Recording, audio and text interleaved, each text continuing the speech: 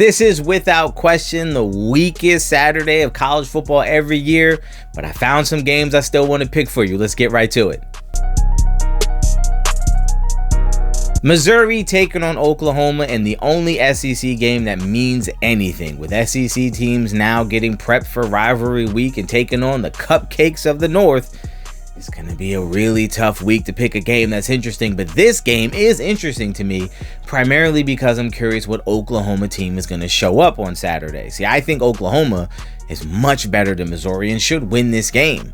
But is John Mateer going to show up with the locked-in focus that he had against Alabama, or is there going to be a letdown? Because this Oklahoma defense is really good, and I don't think Missouri has any chance of being able to sustain long drives against this defense. But if John Mateer is turning the ball over and not playing well, they give them a chance. I'm going to go with Oklahoma in this game, and I'm going to trust that John Mateer has figured it out and kind of got his wits about him and is ready to make a nice little run to finish the season strong. Give me Oklahoma.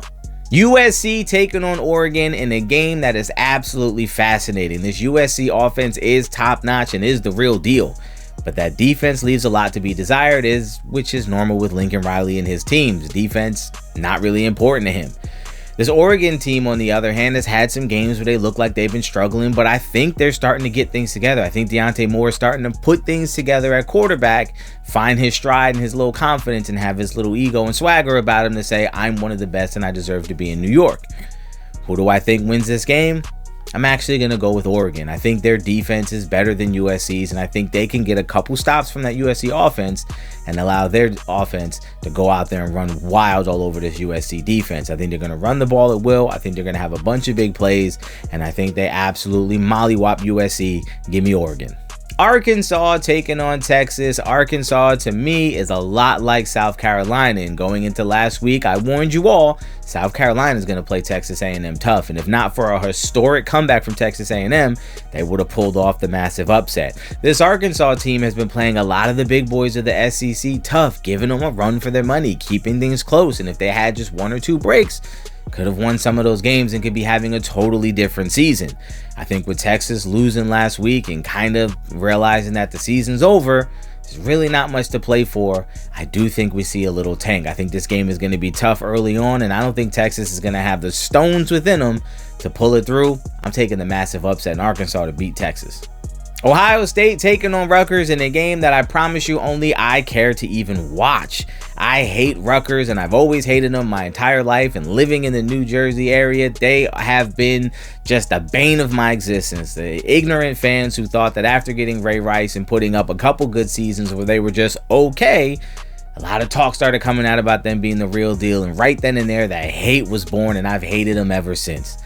I know it doesn't make any sense. I know it's silly and I know it's petty, but hey, it's my thing. So every year, this is like a celebration for me, and I can't wait to see how bad Ohio State is going to beat Rutgers. The spread is 31.5, and I don't think that's enough. I think even without Jeremiah Smith, who I think they're going to sit down, and even without Carnell Tate, who once again I think is going to sit down this week just to play it safe to keep guys fresh for the most important game of the year next week and a playoff push, I think this offense is still good enough. I think Lincoln Keenholz is going to get a lot of play in this game. Give me Ohio State by 1,000,000. Michigan taking on Maryland, and the only reason why I'm talking about Michigan is, are they going to blow this rivalry game? Because going into next week, if Michigan, because they're going to get moved up the boards if they win this game, can they go into that with a little bit of hype and excitement and get us all excited? After their game against Northwestern, which was absolutely dreadful, I'm sure most of the national media is thinking that Ohio State is going to run away with this game. And even though it's a rivalry game, and throw out the stats and the numbers, because for the past couple years, Michigan had no business beating Ohio State, especially last year. I think they need to win this game against Maryland to keep that hype and excitement going and make it an even bigger game. Because if they are coming off of a loss, a little bit of the excitement and buzz is gone from the national landscape, not from the Ohio State or Michigan fans, because this game will always mean something. I'm going to go with Michigan to win this game, and I hope they win it impressively, and I hope they look amazing, because next week is going to be a real story. Give me Michigan. Those are my picks. Look, as always, gamble responsibly. Only bet what you can comfortably afford to lose. Let me know your picks in the comments down below, and I'll catch you guys next time.